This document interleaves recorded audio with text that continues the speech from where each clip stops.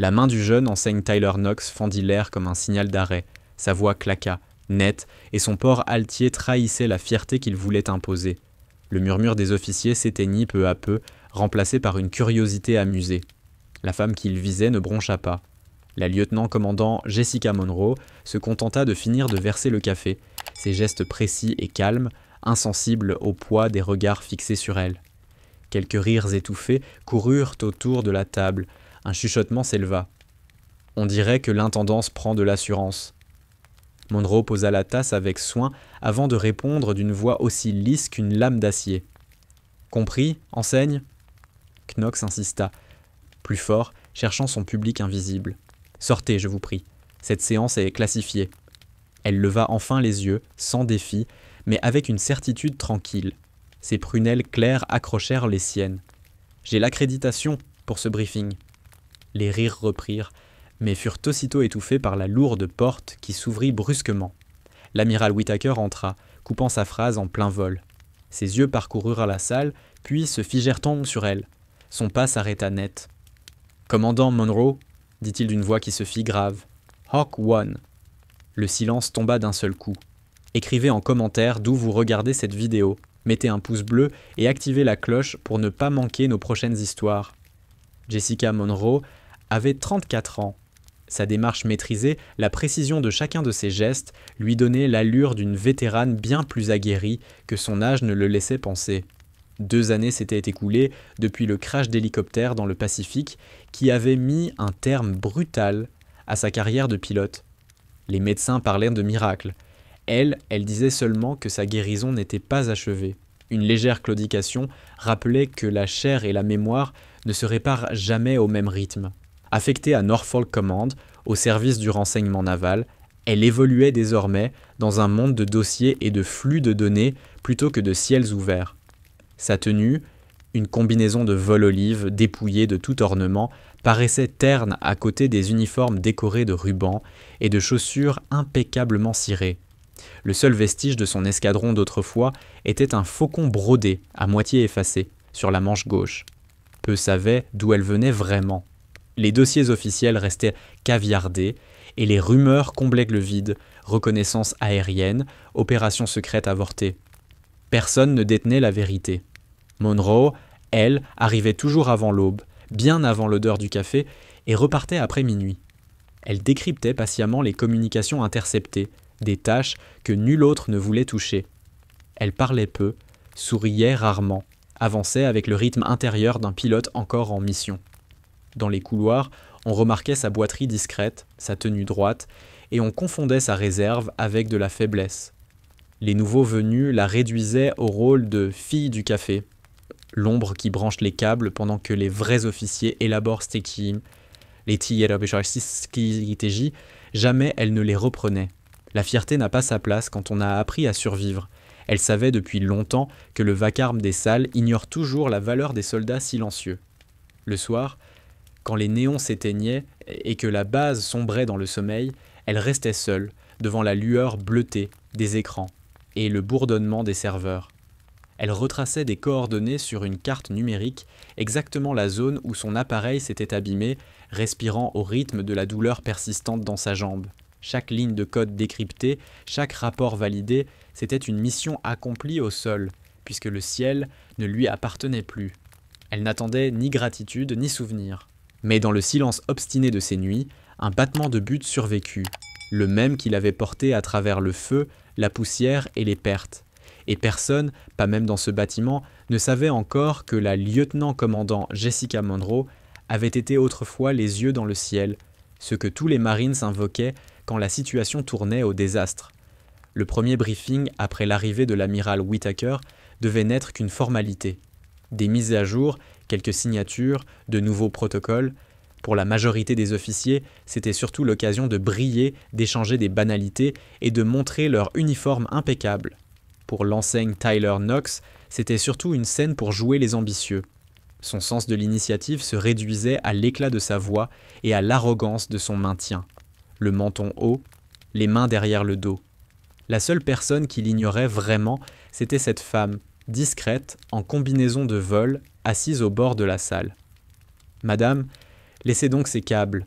L'équipe technique s'en occupera, lança-t-il en voyant Monroe agenouillé près de la table du projecteur, démêlant une bobine de fibres. Politesse de façade, dureté dans le ton. Elle ne releva même pas la tête. « Ils sont mal alignés, enseigne. Si on commence comme ça, l'image aura une seconde de retard. » Il cligna des yeux, déstabilisé. « Je suppose que ce sera suffisant. » Elle poursuivit, ses doigts rapides et précis, habitués à ce genre de geste. Le ronronnement des ventilateurs meubla le silence. Quelques officiers supérieurs observèrent la scène en coin. Un sourire narquois aux lèvres. Un colonel souffla à son voisin, assez fort pour que tout le monde entende. « Alors, c'est une barista qu'on nous envoie ou une pilote ?» Des rires discrets fusèrent. Monroe n'en fit rien.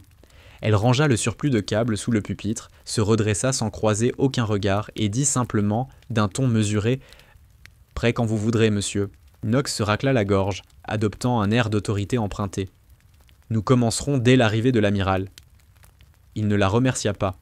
Dans sa tête, elle n'était qu'une assistante qui savait où passer les fils. La salle reprit son brouhaha de conversations inutiles. Score de football, météo, rumeurs de déploiement. L'attente s'installa. Score de football, prévision météo, rumeurs de déploiement. Les conversations flottaient comme un bruit de fond. Jessica Monroe, appuyée contre le mur du fond, les bras croisés, fixait l'écran principal. Dès que l'amiral Whittaker franchit la porte, l'atmosphère changea brusquement. Les officiers se redressèrent, les voix s'éteignirent. Sa simple présence imposait une gravité silencieuse, et son timbre calme installa le rythme du briefing. Le rôle de Monroe aurait dû s'arrêter là. Observatrice muette, silhouette anonyme dans la salle, mais le destin se plaît à fissurer le silence. À mi-parcours, l'amiral désigna l'écran mural. Diapositive suivante. L'enseigne Tyler Knox appuya sur la télécommande. Un plan satellite apparut, offrant une vue aérienne du corridor Pacifique, zébré de zones de mission. Knox lut le rapport d'une voix rapide, trop bien répétée. Coordonnées du secteur Delta, 7 quarts 40. Voici la ligne actuelle de restriction de vol. Les yeux de Monroe se plissèrent. Ces chiffres réveillaient une mémoire encore brûlante. Le vent chaud du désert, le grésillement des radios, une crête gravée dans sa vision à jamais. Elle inspira profondément. « Correction, monsieur ?» dit-elle doucement. Toutes les têtes au genre se tournèrent. Knox cligna des yeux. « Pardon ?» La voix de Monroe resta parfaitement égale. Ses coordonnées sont décalées de 2 clics vers l'est. La véritable ligne de restriction est à 8, 7, 5, 3, 5, 61. Le silence qui suivit pesa lourdement. Puis un capitaine de la Navy au fond de la salle ricana. « Sacrément précis, commandant. Vous comptez y voler vous-même » Les rires éclatèrent, moqueurs. Knox esquissa un sourire satisfait, comme si elle venait de confirmer ses préjugés. Monroe ne scia pas. « Si vous affichez la superposition en direct, l'erreur apparaîtra. » Whittaker se tourna vers l'officier technique. « Vérifiez. » Les doigts du technicien coururent tant sur le clavier. L'écran cligna, les données se recalibrèrent et la ligne se redessina exactement là où Monroe l'avait indiqué. Un murmure parcourut la salle, à peine audible. L'amiral hocha la tête. « Correction acceptée. Bonne observation, commandant. » Plus personne ne rit. Le visage de Knox s'empourpra. Il se força à tout sauter, puis lâcha faussement aimable. « Merci pour ce souci du détail, madame. » Monroe ne répondit pas. Son expression resta neutre, ses yeux rivés à la carte comme si les coordonnées comptaient davantage que l'assemblée. Mais le silence pesa peu de temps. L'orgueil ne supporte pas d'être corrigé devant la hiérarchie. Les piques reprirent, plus discrètes. Quand la pause café fut annoncée, Knox lança, d'un ton faussement léger, « Commandant, si vous rechargez les tasses, la mienne est noire, sans sucre. » Un cercle de rire parcourut la salle. Monroe passa près de lui sans un regard. « Allons !» murmura un major des Marines. « Elle ne va pas vraiment... »« Détendez-vous, » répondit Knox. « Je plaisantais. » Mais tout le monde perçut dans sa voix l'amertume de celui qui cherche à sauver la face. Monroe regagna son coin, son regard glissant sur la carte toujours projetée au mur. Corridor Pacifique, secteur Delta. Elle avait survolé cet itinéraire des dizaines de fois. Elle revoyait le miroitement de chaleur, les brouillages radio, le souffle de son copilote dans l'intercom. La nuit où tout avait basculé remonta d'un bloc. les alarmes, la fumée et la décision fulgurante d'atterrir plutôt que de s'éjecter. Et voilà qu'aujourd'hui, sous des néons glacés, elle voyait son histoire réduite à des chiffres par des gens qui n'en connaissaient que le papier. La voix du narrateur intérieur se fit plus grave. Avez-vous déjà observé quelqu'un humilié en silence, en vous demandant combien de temps il tiendrait ? La mâchoire de Monroe se crispa, non de colère, mais de retenue. Elle savait depuis longtemps que la dignité se préserve mieux par patience que par éclat. La seconde partie de la réunion s'ouvrit. Les cartes cédèrent la place à des graphiques d'interception radio. Chacun donnait son avis, rivalisant de supposées certitudes. La voix de Knox, forte et assurée, se frayait un passage sans qu'il l'ait mérité. Selon ses coordonnées, déclara-t-il, les fréquences ennemies se concentrent à peu près ici. Son pointeur laser traça un cercle lumineux sur la carte, ignorant qu'il désignait la vallée exacte où l'hélicoptère de Monroe s'était écrasé. Elle suivit du regard le rayon rouge qui balayait ce terrain qu'elle connaissait pierre par pierre. Les cratères, la carcasse tordue, le silence après l'impact. L'odeur de carburant brûlé remonta à sa mémoire, implacable. Son cœur accéléra, non de peur, mais de souvenir.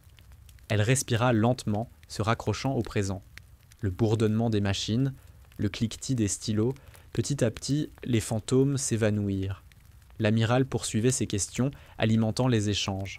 Monroe écoutait, notant parfois quelques lignes sur le registre qu'on lui avait confié.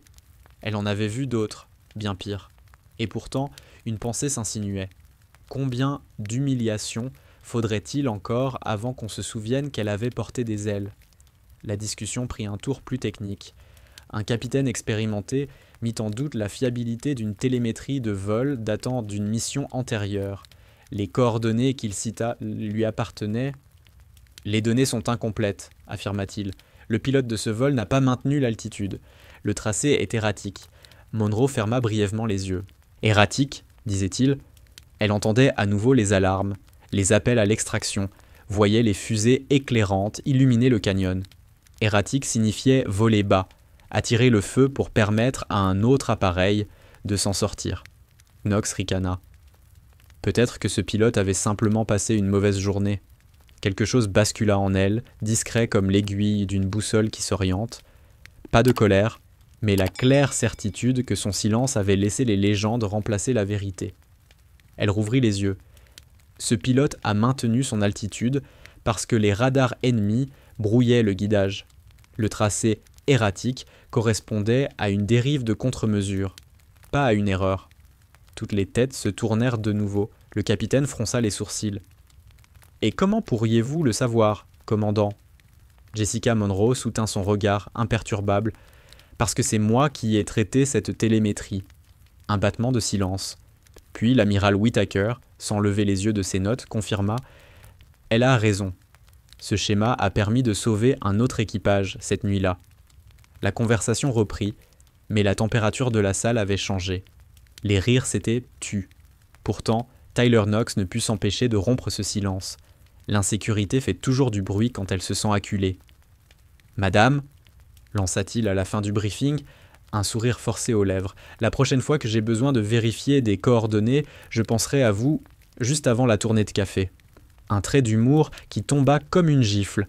Monroe rangea ses notes, glissa le stylo derrière son oreille et répondit simplement « Bien reçu. » Enseigne.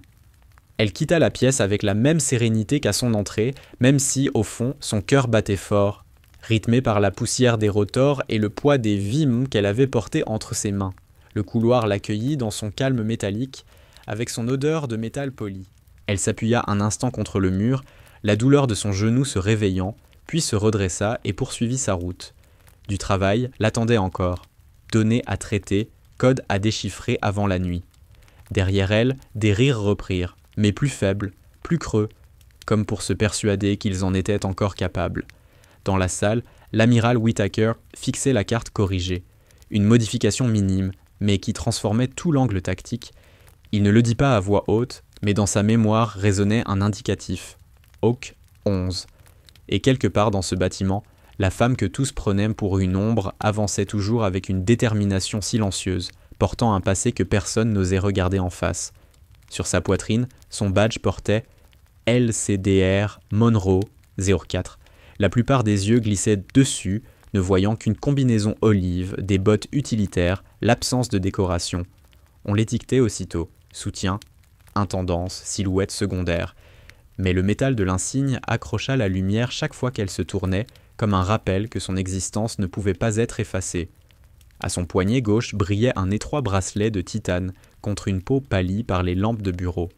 Une inscription gravée, simple et sans fioriture. Hawk 11, juste des lettres et des chiffres tels qu'ils avaient été prononcés autrefois dans le vent et la fumée. À chaque geste, ajuster un câble, taper une commande, le bracelet apparaissait un instant, disparaissait aussitôt, comme le périscope d'un sous-marin que l'on préférerait ignorer. Sous les néons, les visages s'aplatissaient. Quand le projecteur chauffait, une lumière plus douce balayait la salle, révélant parfois la cicatrice discrète le long de sa tempe. Une fine ligne grisâtre, trace muette d'une plaie refermée. Elle ne demandait rien. Elle existait simplement comme une couture reliant passé et présent. Ceux qui la remarquaient détournaient vite les yeux. L'aide de l'amiral, le commandant Lewis, observa tout. Il nota d'abord le badge, grade et habilitation consignés mentalement pour son supérieur, puis le bracelet, puis la cicatrice. Son regard suspendu un demi-battement comme une main de pilote hésitant sur la manette des gaz en plein vent traversier. Il ne dit rien. Son rôle était justement de ne rien dire avant que l'amiral ne parle. La journée se poursuivit. Exposé, correction, recharge de café, la chorégraphie réglée de ceux qui vivent selon des horaires. Monroe s'y fondait sans hâte, ne touchant qu'à ce qui réclamait ses mains. Elle ne se cachait pas. Elle se contentait de ne pas se déclarer. Puis vinrent les murmures, comme de la condensation qui se forme quand la pièce se refroidit. 2 officiers s'arrêtèrent devant la carte murale, voix baissée, mais pas assez. Hawk One, ce n'était pas la pilote qui... Pas ici, trancha l'autre sèchement, un mot qui sonnait à la fois comme aveu et interdiction. Le premier se racla la gorge, changea de sujet maladroitement. La fenêtre météo est serrée cette semaine. Personne ne crut à cette diversion. Un major des Marines fit tourner sa tasse entre ses doigts, évitant soigneusement de croiser le regard de Monroe. Observer sans être vu, c'est fixer un objet banal. Quand le bracelet relança un éclat, il immobilisa sa main. Il se souvenait. Il avait entendu cet indicatif radio une fois, dans une tente saturée de poussière et de chaleur. Ce code n'avait signifié qu'une chose, le salut. Le projecteur projeta une nouvelle carte. Monroe transféra discrètement son poids de sa jambe gauche à la droite, leva légèrement le menton pour éviter l'éblouissement. L'éclat de son insigne refléta une fois encore, les chaises grincèrent. Le moment passa, classé comme néant par ceux qui préféraient oublier. Alors Knox tenta de reprendre le fil du récit à sa façon. « Continuons », annonça-t-il, une injonction inutile, semblable aux cailloux jetés par un gamin dans l'eau profonde pour se convaincre que la profondeur lui appartient. Il ne la regarda pas. Il avait choisi son récit dès le début. Barista, assistante, toute autre réalité devait être traitée comme une interférence. Mais les faits ont de la patience. Ils s'accumulent, se dessinent, finissent par imposer leur vérité même aux yeux les plus obstinés. Et chaque fois que le bracelet étincelait, c'était comme un rappel muet des vallées, des coordonnées et des nuits saturées d'huile brûlée. Hawk 11 ne discutait pas. Il existait simplement. Les chiffres n'implorent pas, ils affirment. L'aide de camp s'approcha de l'amiral Whittaker pour lui tendre un addendum imprimé. Le regard de l'amiral balaya la salle comme le faisceau d'un projecteur, non pour chercher, mais pour se souvenir. Lui aussi avait gravé dans sa mémoire des indicatifs devenus des épitaphes, et quelques-uns qui avaient signifié un lever de soleil inespéré. S'il remarqua le bracelet ce jour-là, il n'en laissa rien paraître en remplissant son verre au distributeur d'eau. Jessica Monroe, elle, replaça de l'eau dans la bouilloire sans adresser un regard à quiconque. La vapeur s'éleva en une colonne fine avant de se dissoudre au plafond. Dans l'acier poli, son reflet se plia et se redressa, un fantôme observant une vivante accomplir des gestes ordinaires. Lorsqu'elle se retourna, la cicatrice sur sa tempe accrocha une nouvelle fois le faisceau du projecteur, une constellation qu'aucune nuit ne voulait éteindre. Les murmures continuaient de s'accumuler. Ça pourrait être une coïncidence. Personne de cette unité n'est revenu au pays avec un tel silence. Demanda l'amiral. Ne fais pas ça. Les phrases restaient courtes, comme si réduire les mots pouvait rapetisser les faits. Dans les couloirs militaires, la rumeur est un art de survie. On apprend à lire le vent avant qu'il n'arrache la tente. Ce vent-là portait une odeur qu'on appelle respect, mais qui se ressent comme la peur. Elle regagna la console quand un mince grincement audio fendit l'air. Elle baissa le volume d'un geste précis. Le sifflement mourut comme un moustique écrasé. Ses mains restèrent des stables. Le bracelet de titane scintilla. Un jeune officier, tout juste sorti de l'école de pilotage, lut silencieusement l'inscription. Hawk 11. Il leva un instant les yeux vers l'amiral, puis les baissa.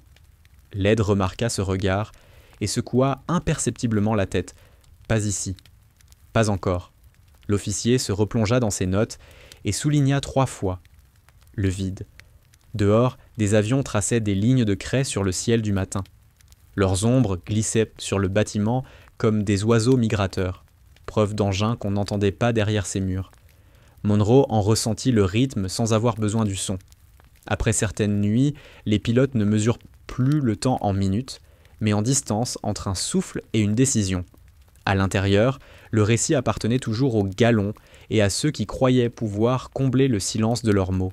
Mais le silence tenait son propre registre. Il additionnait le badge, le bracelet, la cicatrice, la neutralité prolongée de l'aide.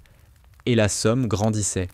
À la mi-journée, le briefing avait perdu ses fanfaronnades. Les rires s'étaient amenuisés en une fausse productivité. Lorsque l'amiral demanda la prochaine couche de données, Monroe l'afficha sans attendre l'ordre. Une initiative minuscule qui aurait valu un rappel à l'ordre avec d'autres. Whittaker, lui, se contenta d'un signe de tête. Led ne nota rien, mais n'oublia rien. À qui savait regarder, le centre de la pièce s'était déjà déplacé de quelques centimètres vers la femme qu'on avait prise pour une ombre. On pouvait presque voir l'histoire se réécrire ligne après ligne, comme une main lente qui impose une nouvelle version aux yeux les plus réticents. Le flux satellite s'éteignit sans alarme, comme un moteur qui cesse simplement d'exister. Un instant, le corridor pacifique s'étalait en détail haute résolution. L'instant d'après, il s'effondra en une grille grise barrée d'un « No Signal » affiché dans une police qui feignait l'indifférence. Les conversations trébuchèrent, puis cessèrent. Les chaises grincèrent. Quelqu'un expira trop fort. Toute la matinée avait été une mise en scène de compétence. Voilà que la compétence allait être éprouvée. « Tech », fit l'amiral Whittaker sans hausser la voix. « Statut ?» 3 techniciens bondirent, déclenchant la frénésie méthodique de ceux qui savent que la vitesse fait partie du rite, même si elle ne résout rien. Câble vérifié, entrée relancée, mots de passe aux consonnes innombrables retapées. Le même message revint, têtu comme une peinture qui refuse de sécher. L'enseigne Knox s'empara d'une télécommande, comme si cela pouvait lui conférer de l'autorité. Il pressa des boutons inutiles, fronça les sourcils devant des écrans, espérant qu'un angle changerait un circuit. Probablement un conflit de cache, lança-t-il à la cantonade, une phrase assez technique pour n'être pas remise en cause. L'amiral regardait, ni impatient, ni indulgent. Attendre peut aussi être un art du commandement. Led, lui, restait à l'épaule de Whittaker, ses yeux battant comme un métronome discret entre la grille figée et les visages qui tentaient de ne pas s'y attarder. Monroe bougeait déjà. 2 pas vers la console latérale, un coup d'œil à l'indicateur arrière, un calcul silencieux qui se dessinait derrière ses yeux. Le problème n'était pas logiciel, c'était la colonne vertébrale qui le portait. Elle reconnaissait ce genre de panne comme un médecin reconnaît la fièvre au simple toucher. « Permission d'intervenir manuellement, monsieur ?» C'est Knox qui réagit le premier avec un reniflement méprisant. « Ce n'est pas une machine à café, madame. » Quelques sourires à peine flottèrent, indécis. Le genre de demi-rire qui dit « Je rirai peut-être si ça marche, mais je nierai ensuite. » L'expression de Monroe ne bougea pas. Elle ne s'adressait pas à lui. Whittaker ne lui répondit pas non plus. Son regard glissa vers le rack du fond, là où une fibre se pliait d'1 degré de trop. Puis il revint vers Monroe. Sur son visage passa quelque chose de proche d'une reconnaissance. Moins un « Eureka » qu'un « Ah !» Il acquiesça. Jessica Monroe s'agenouilla devant le panneau, son genou protestant doucement contre ce mouvement répété. Elle déverrouilla l'accès d'un geste vif, celui de quelqu'un qui n'a pas seulement lu le manuel, mais qui se souvient de la raison pour laquelle il fut écrit. Le panneau s'ouvrit, dévoilant le patient silencieux, des rangées de ports clignotant à l'unisson, une jungle de câbles tressés plus par habitude que par soin. Jessica Monroe enfila des gants antistatiques et plongea les mains à l'intérieur, non pas pour chercher un fil, mais pour écouter avec ses doigts. Chaque vibration est une signature. Un faisceau stable chante à une certaine fréquence. Vos os finissent par l'apprendre si vous avez passé assez de nuits dans des salles comme celle-ci. Un câble vibrait à contretemps, comme une corde trop tendue pour l'air qu'on voulait jouer. « Maintenez la ligne primaire », murmura-t-elle au technicien le plus proche. « Isolez AEX3. Je vais court-circuiter le répartiteur et attaquer directement le switch. Ça coupera les écrans secondaires, prévint-il. Juste l'espace d'un battement, répondit-elle. Elle pinça la languette, libéra la fibre, la fit glisser dans sa paume comme une chose vivante qui lui faisait confiance. L'inspection révéla une micro-fissure près du ferrule, minuscule mais fatale sous charge. Elle dériva la liaison vers un port haut débit disponible, ses gestes économes, précis, comme une respiration contrôlée à l'approche finale. « Routage », annonça-t-elle. « Routage », répéta le technicien, déjà en train de répliquer ses mouvements dans le système. Monroe se redressa à moitié, s'appuya au rack, puis s'installa d'un geste fluide sur le tabouret de la console, sans attendre qu'on le lui propose. Ses identifiants s'envolèrent comme un salut invisible, et elle atterrit dans le shell de diagnostic. Le clavier sous ses doigts devint une extension d'elle-même. Pas de frappe perdue, pas d'hésitation. Une séquence courte lança un handshake bas niveau pour la session satellite. Une autre tua un processus inutile dont la seule raison d'être était de mourir sous l'ordre d'une main compétente. Elle écrivit un correctif de 10 lignes à peine, forçant la session à renégocier avec le switch sur un MTU plus propre. Élégant, non par son ingéniosité, mais par sa simplicité. Il faisait une seule chose, et il la faisait bien. À l'écran, la grille grise trembla. Une coulée de couleurs revint comme la marée glissant sous une jetée. Le flux reprit d'un coup, les côtes en imagerie thermique, les échos mouvants redevenus stables. Les écrans latéraux s'éteignirent, puis se rallumèrent dans l'espace d'un souffle. « Flux rétabli », annonça la voix du technicien, fissuré malgré lui d'un soulagement. La salle ne célébra pas. La compétence ne réclame pas d'applaudissements là où on la vénère. Mais le silence, lui, surprit tout le monde. Les chasmes, les regards se tournèrent non vers l'écran revenu qu'ils attendaient, mais vers les mains de Monroe Cummings, suspendues au-dessus du clavier, comme si la machine pouvait exiger davantage, et qu'elle saurait l'offrir. La bouche de Knox dessina presque un « O », puis se referma en traits. Il toussota, lâcha une remarque inutile. « Bon travail, l'équipe technique ». Ces mots tombèrent plats. Les yeux de l'amiral Whittaker se posèrent sur la console, sur le curseur qui clignotait après la séquence de commande. Il ne reconnut pas chaque caractère, mais le rythme, l'ordre des opérations. Ce n'était pas un protocole, c'était une grammaire acquise là où une seconde coûte trop cher. Quand on a volé avec quelqu'un au-dessus d'un terrain hostile, on apprend sa syntaxe. Les machines ne sont qu'un autre type d'appareil. Il ne dit rien. Il n'en avait pas besoin. Le silence après la compétence s'épaissit comme une toile de tente qui boit la pluie et la retient. Monroe se déconnecta, essuya ses gants d'un geste mesuré sur un chiffon microfibre, referma le panneau. Elle se releva sans attendre l'autorisation tacite qu'on accorde aux subalternes. Son genou protesta puis céda, comme une vague qui effleure un rocher avant de se retirer. Elle fit un pas en arrière, laissant la console neutre, comme on rend un cockpit équilibré pour le pilote suivant. « Continuez », dit-elle doucement. L'aide de camp, le commandant Lewis, avait observé toute la scène avec l'expression de celui qui mémorise. Il n'avait rien noté sur le papier, mais plus tard il aurait pu reproduire la séquence jusqu'à la minuscule pause avant le dernier kill commande, celui qu'un opérateur nerveux oublie souvent. Ses yeux glissèrent vers le poignet de Monroe lorsque ses mains retombèrent. Le bracelet lança un éclat. Hawk 11 gardait son secret comme un phare garde sa lumière. Visible, mais seulement si l'on regarde l'horizon plutôt que la rive. Knox s'éclaircit encore la gorge, cherchant à ramener l'attention. Donc, comme je le disais, à propos du conflit de cache, reprenez le flux en direct, coupa l'amiral Whittaker. Une interruption qui était une décision. Sa voix portait maintenant une rugosité venue d'un autre théâtre. Knox obéit, rabaissé sans comprendre. Le travail reprit, en apparence du moins.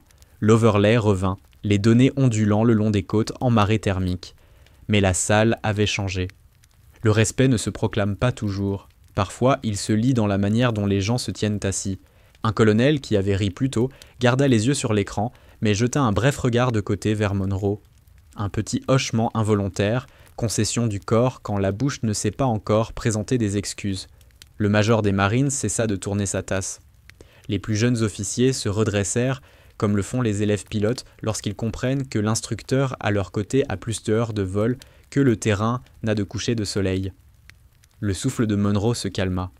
Elle ne se sentait pas victorieuse, seulement soulagée, comme un pilote après un atterrissage propre par vent de travers. On ne fête pas. On dégage la piste. On dégage la piste. On coche la liste. Jessica Monroe regagna sa place discrète contre le mur. La même posture effacée qui avait alimenté les méprises toute la matinée. Mais désormais, ces méprises cherchaient une autre cible. Le regard de l'amiral Whittaker passa sur elle, revint, décrivant un cercle paresseux comme une orbite de reconnaissance. Il ne chassait pas la nostalgie. Il alignait des faits, la signature procédurale sur la console, la manière dont elle avait demandé la permission avant d'agir, la rapidité avec laquelle elle avait trouvé la faille matérielle avant même de soupçonner le logiciel. Tout cela, il l'avait déjà vu, dans des baraquements vibrants sous les générateurs, dans des cockpits où les instruments mentaient, mais où les mains disèrent la vérité. Un flottement pesa sur la pièce, un silence qui prétendait être ordinaire et échouait. Quelqu'un tapota son stylo.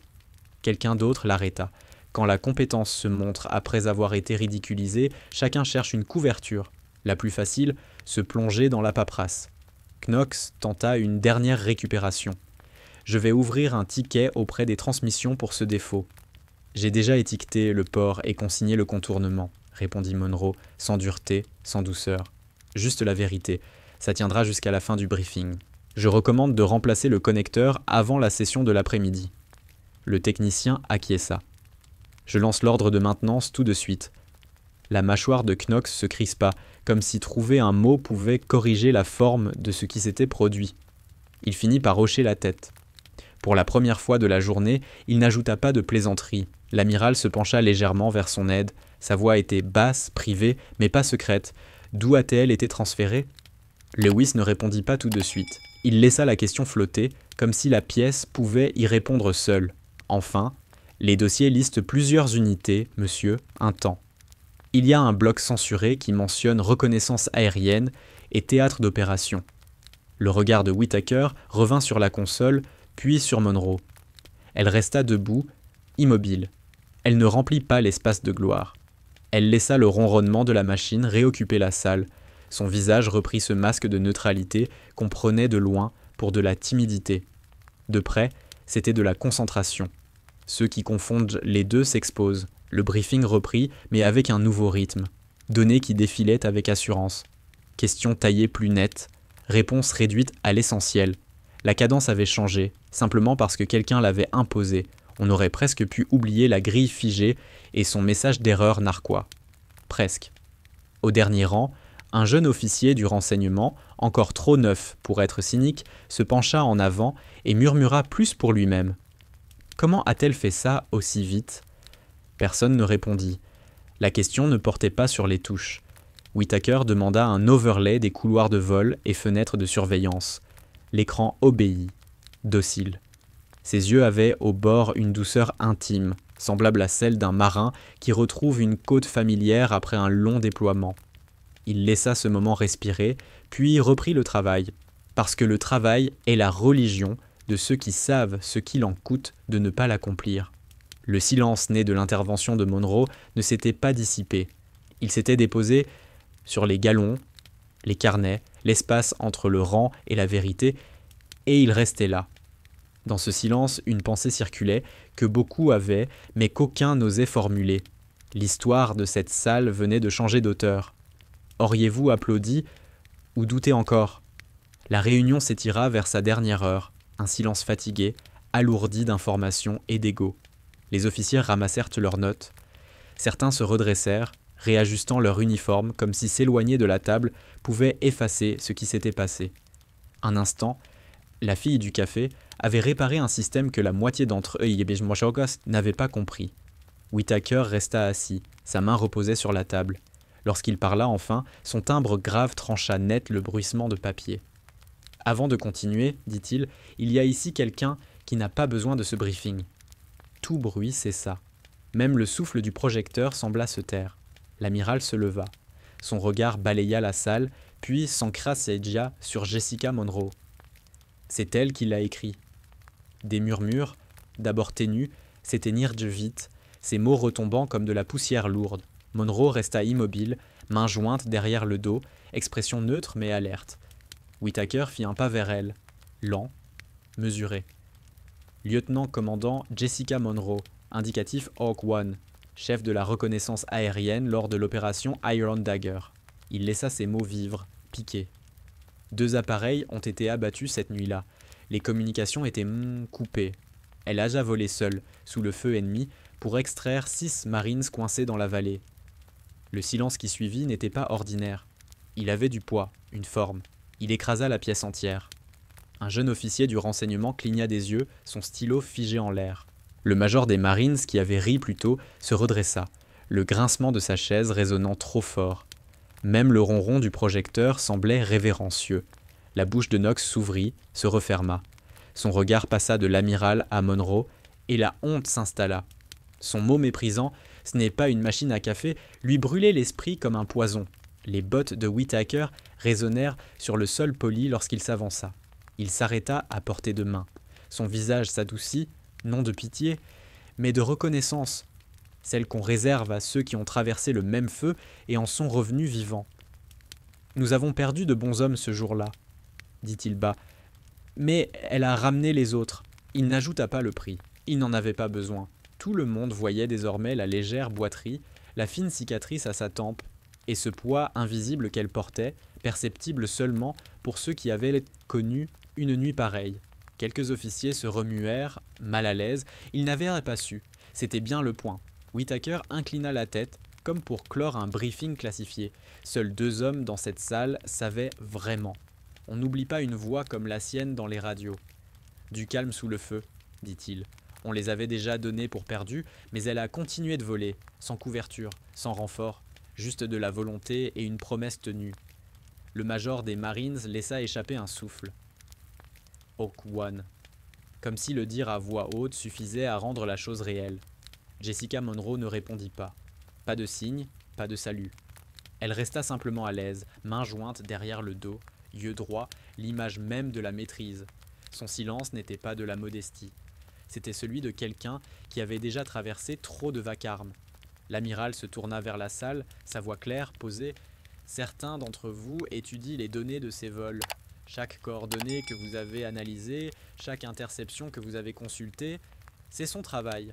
La seule raison pour laquelle ces journaux existent, c'est qu'elle est restée en vol assez longtemps pour les transmettre. » Un souffle collectif parcourut la pièce. Culpabilité, respect, incrédulité entremêlées. Knox baissa les yeux. Il aurait voulu s'excuser, invoquer l'ignorance comme excuse, mais aucun mot n'aurait survécu dans cet air saturé. Whittaker jeta un regard en arrière vers Monroe. Entre eux passa un accord muet, la reconnaissance d'une histoire que personne d'autre ici ne pouvait porter. Puis il fit face aux officiers.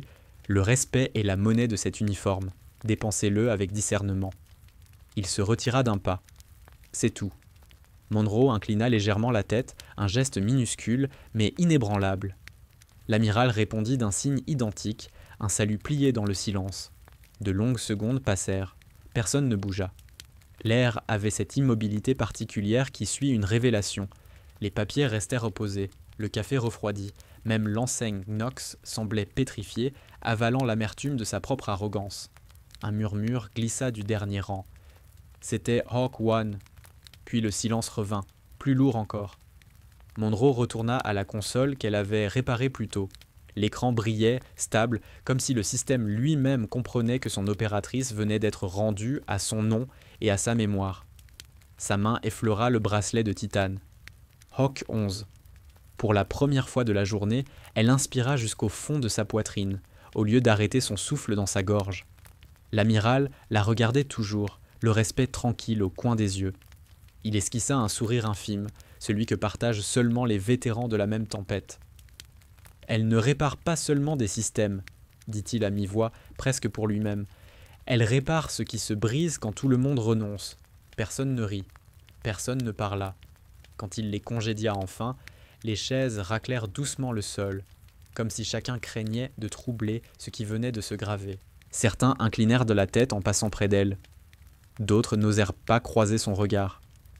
Knox resta en arrière, la voix à peine audible. « Madame, je ne savais pas. »« Tu n'étais pas censé savoir, » répondit-elle sans se retourner. Elle rassembla ses notes, les coinça sous son bras et quitta la pièce, celle qui avait enfin rappelé son nom. Longtemps encore, personne ne bougea. La révélation flottait, vivante, électrique, irrévocable. Au centre de la salle, l'amiral Whittaker demeurait debout, son regard fixé sur elle. Son visage portait à la fois de la fierté et de la tristesse, l'expression d'un homme qui avait vu trop de noms gravés dans le granit et qui se réjouissait que le sien n'y figure pas. Il inspira lentement, redressa les épaules et leva la main droite. Le salut claqua, net, tranchant le silence comme une cloche dans le brouillard. Toutes les têtes se tournèrent. L'amiral, 4 étoiles, dont la parole pouvait briser des carrières, saluait la femme qu'ils avaient passé la matinée à rabaisser. Une demi-seconde de stupeur. Puis les chaises raclèrent comme un tonnerre roulant sur le marbre. Un par un, ils se levèrent. Colonel, major, capitaine. Chaque grade se redressa dans une posture parfaite, les uniformes s'alignant comme tirés par un fil invisible de honte et de respect. Le claquement métallique des talons résonna contre les murs blancs. Personne ne parla. Personne n'osa. Jessica Monroe ne bougea pas d'abord. Ses yeux croisèrent ceux de l'amiral, bleu contre gris, passé contre présent. Puis, avec le calme qu'il avait porté à travers le feu et le chaos, elle leva la main. Son salut n'avait rien de théâtral, rien de triomphal. Il était sobre, précis, absolu. Sa paume toucha son front avec la grâce d'un réflexe forgé par la douleur.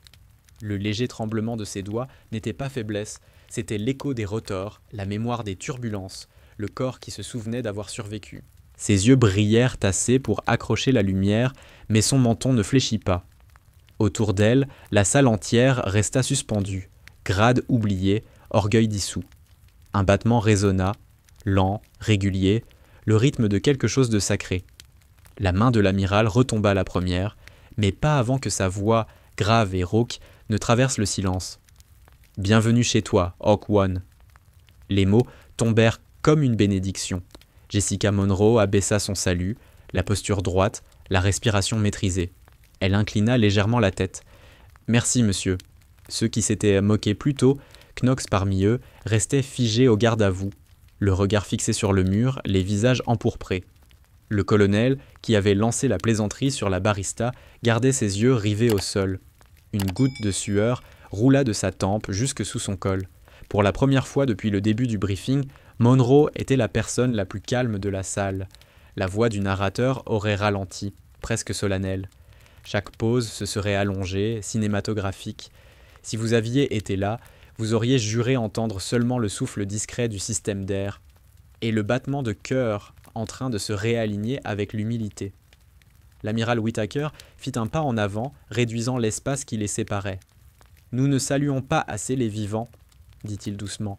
« Nous réservons ça aux cérémonies. Mais ici, » il désigna d'un geste large les officiers autour. « Ici, nous avons une dette. » La voix de Monroe ne fut qu'un souffle. « Je ne l'ai pas fait seul, monsieur. »« Personne ne le fait jamais, » répondit-il. « Mais vous l'avez fait quand personne d'autre ne le pouvait. » Ses yeux dérivèrent un instant vers le sol, puis remontèrent, stables. Une émotion subtile traversa la ligne d'officiers, à peine visible mais impossible à nier. Le major des Marines déglutit, puis parla, la voix épaisse. « Permission de parler librement, monsieur. »« Accordé, » répondit l'amiral. Le major se tourna vers Monroe. « Nous avons étudié l'opération Iron Dagger à l'entraînement. Nous avons lu les rapports, les échecs, les pertes, mais personne n'a jamais dit... » Il s'interrompit, reprit d'une voix plus ferme. « Personne n'a dit que vous étiez Hawk One. » Monroe garda le silence, et ce silence en disait plus que des mots. Le major se redressa, sa voix plus sûre. « Madame, c'est un honneur. Cette phrase simple résonna comme une confession, comme des excuses collectives portées par un seul homme. Les autres suivirent, non pas en paroles, mais en silence, en posture, en regard qui, enfin, la voyaient. Le respect dans cette salle ne venait plus du grade, il venait de la vérité. Monroe balaya les visages du regard, les mêmes qui avaient ri, douté, méprisé. Il n'y avait plus d'arrogance dans leurs yeux, il y avait autre chose, la reconnaissance. Pour la première fois, elle n'était plus invisible. L'amiral recula d'un pas, lui cédant la parole sans un mot. Ce geste avait valeur d'autorité absolue. Elle hésita un souffle, puis parla. « Nous portons tout le même drapeau. Certains jours, nous volons plus haut. D'autres, nous nous contentons de tenir la ligne. » Sa voix était calme, solide, réelle. Ce jour-là, j'ai tenu la ligne, rien de plus. Ces mots tombèrent comme la pluie, doux, discrets, mais purificateurs. Puis elle ajouta, presque en aparté, « Et les Marines sont rentrés. C'est ce qui compte. » La mâchoire de Whittaker se contracta. Ses yeux brillèrent un instant. Puis il fit face à la salle. « Vous l'avez entendu, c'est ça qui compte. » Les officiers restèrent debout, même après que le protocole aurait dû les libérer. Ce n'était pas de l'habitude, mais de l'instinct. Personne ne voulait briser ce moment. Le ronronnement du projecteur reprit, le léger bruit de bottes sur le sol. Mais, pendant un temps suspendu, le monde extérieur n'exista plus. Si c'était un film, la caméra se serait attardée sur son visage, un halo de lumière dessinant la courbe de sa mâchoire, le reflet lointain du bracelet Hawk 11 scintillant dans l'éclat. La bande-son se serait effacée pour ne laisser qu'un battement de cœur. Lent. Humain. L'humiliation s'était changée en révérence. Ceux qui voyaient en elle une simple coursière à café voyaient désormais une vétérane de combat, une pilote qui avait défié la mort. Leur respect n'était pas joué. Il était brut. Et dans cette immobilité, Monroe ne se sentit pas vengée. Elle se sentit reconnue. Pour la première fois depuis le crash, elle s'autorisa à expirer sans culpabilité. Quand l'amiral libéra enfin la salle, nul ne parla. Pas de bavardage, pas d'excuses. Le silence qui l'avait jadis moquée la protégeait désormais. Lorsqu'elle se tourna vers la porte, ce fut le claquement des bottes se mettant au garde-à-vous qui l'accompagna. Un cœur de respect. Elle s'arrêta un instant au seuil, ses yeux suivant le drapeau suspendu près de la sortie, le même qu'elle avait contemplé à travers le verre fissuré et les flammes, 2 ans plus tôt. Sans se retourner, elle offrit un dernier salut. L'amiral le rendit aussitôt. Sa main retomba. La salle resta au garde-à-vous jusqu'à ce qu'elle soit partie, et dans l'écho de ses pas, l'air porta quelque chose de lourd, de sacré. Une promesse muette, gravée dans les os de tous ceux présents, ne sous-estimez plus jamais les silencieux. La salle se vida lentement, comme si personne ne voulait être le premier à rompre le calme. Monroe resta un instant, rangeant ses dossiers un par un, avec la même précision sereine qu'elle avait montrée toute la matinée. Les papiers glissèrent dans sa sacoche, dans un froissement mesuré. La chaise qu'elle avait occupée demeura repoussée d'1 pouce, exactement comme elle l'avait laissée au moment où l'amiral avait prononcé son nom. Les officiers restants se tenaient maladroits, trop raides, hésitant entre parler et se taire. L'air lui-même n'était plus le même. Les rires et le mépris de tout à l'heure semblaient désormais des fantômes que personne ne voulait réveiller. Tyler Knox restait tapi près d'un coin, tenant une tablette qu'il ne lisait pas. À intervalles réguliers, il inspirait comme pour parler, puis se taisait. Enfin, il avança d'un pas. « Madame, balbutia-t-il, la voix tremblante, je ne savais pas. » Jessica Monroe leva les yeux vers lui. Son visage ne montrait ni colère ni triomphe, seulement de la maîtrise, et derrière une douceur discrète. Elle ajusta la sangle de sa sacoche et répondit doucement. « Tu n'étais pas censé savoir. » Les mots tombèrent comme un pardon enveloppé de discipline. Pas de reproche, seulement une vérité qui fit hocher la tête à Knox, la gorge trop serrée pour répondre. Il tenta encore. « J'avais lu une fois au sujet de Hawk One. Je n'aurais jamais... » Elle l'interrompit avec bienveillance. « Alors maintenant, tu sais, emporte ça avec toi. » Il acquiesça plus lentement cette fois, comprenant que certaines leçons s'impriment dans le silence et restent bien plus longtemps que les discours. Monroe se tourna vers la porte. L'amiral Whittaker, encore près de la table, parlait bas à Lewis. En la voyant se préparer à partir, il se redressa. Leurs regards se croisèrent une dernière fois ce jour-là. Il inclina légèrement la tête. Ce n'était pas un ordre, pas une libération, mais du respect. Elle lui rendit un mince sourire, à peine une pliure au coin des lèvres. En passant entre les rangées d'officiers, aucun ne s'assit. Tous restèrent debout jusqu'à ce qu'elle atteigne la sortie. Les bottes claquèrent à l'unisson, comme par réflexe. Même le projecteur passa en veille, comme si la pièce avait retenu son souffle jusqu'à son départ. Dans le couloir, long et silencieux, ses pas résonnaient doucement sur le sol poli. Le badge sur sa poitrine accrocha la lumière. LCDR Monroe 04. Elle longea une rangée de fenêtres où le soleil versait un torrent d'or et s'arrêta juste assez pour inspirer cette clarté. Le bracelet de titane à son poignet se réchauffa contre sa peau. Hawk 11. Derrière elle, dans la salle, les officiers restaient figés, comme s'ils attendaient un ordre qui ne viendrait pas. Whittaker rompit le silence le premier. « Asseyez-vous » Ils obéirent. Le raclement des chaises semblait déplacé après ce qu'ils venèrent de vivre. Le regard de l'amiral balaya la salle, s'arrêta sur Knox, puis sur les autres.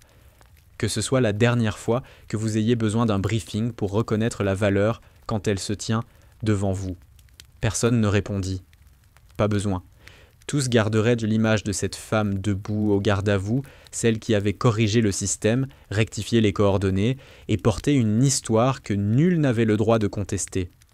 Monroe descendait le couloir, le poids des souvenirs derrière elle, le bourdonnement de la base devant.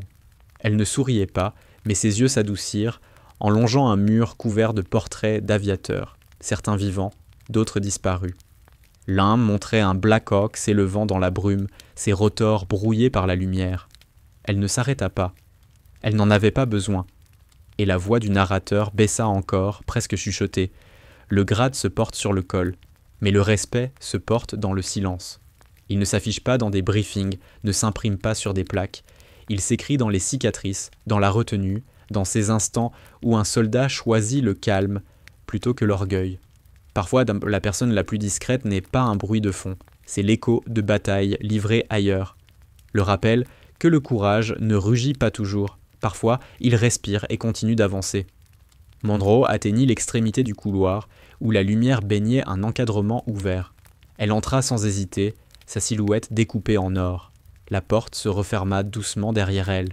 Dans la salle de briefing, l'amiral Whittaker se leva de nouveau face aux officiers qui venaient d'assister à la métamorphose de l'humiliation en honneur. « Rompez », dit-il simplement. Mais même après leur départ, le silence resta. Non plus vide, mais chargé de respect. Dehors, sur le tarmac, un hélicoptère tourna dans le vent, ses pales murmurant la même vérité que la salle venait d'apprendre. La vraie force n'a pas besoin de parler.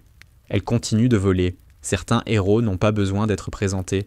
Vous les reconnaissez à leur calme, à la stabilité de leur regard et à ce silence qui dit plus que toutes les médailles. Ils portent l'histoire dans chaque souffle. Mission accomplie. Frère d'armes rappelé, promesse tenue. Lieutenant-commandant Jessica Monroe n'avait jamais réclamé la reconnaissance. Elle avait simplement accompli son devoir. Et le monde, enfin, s'était souvenu de la regarder.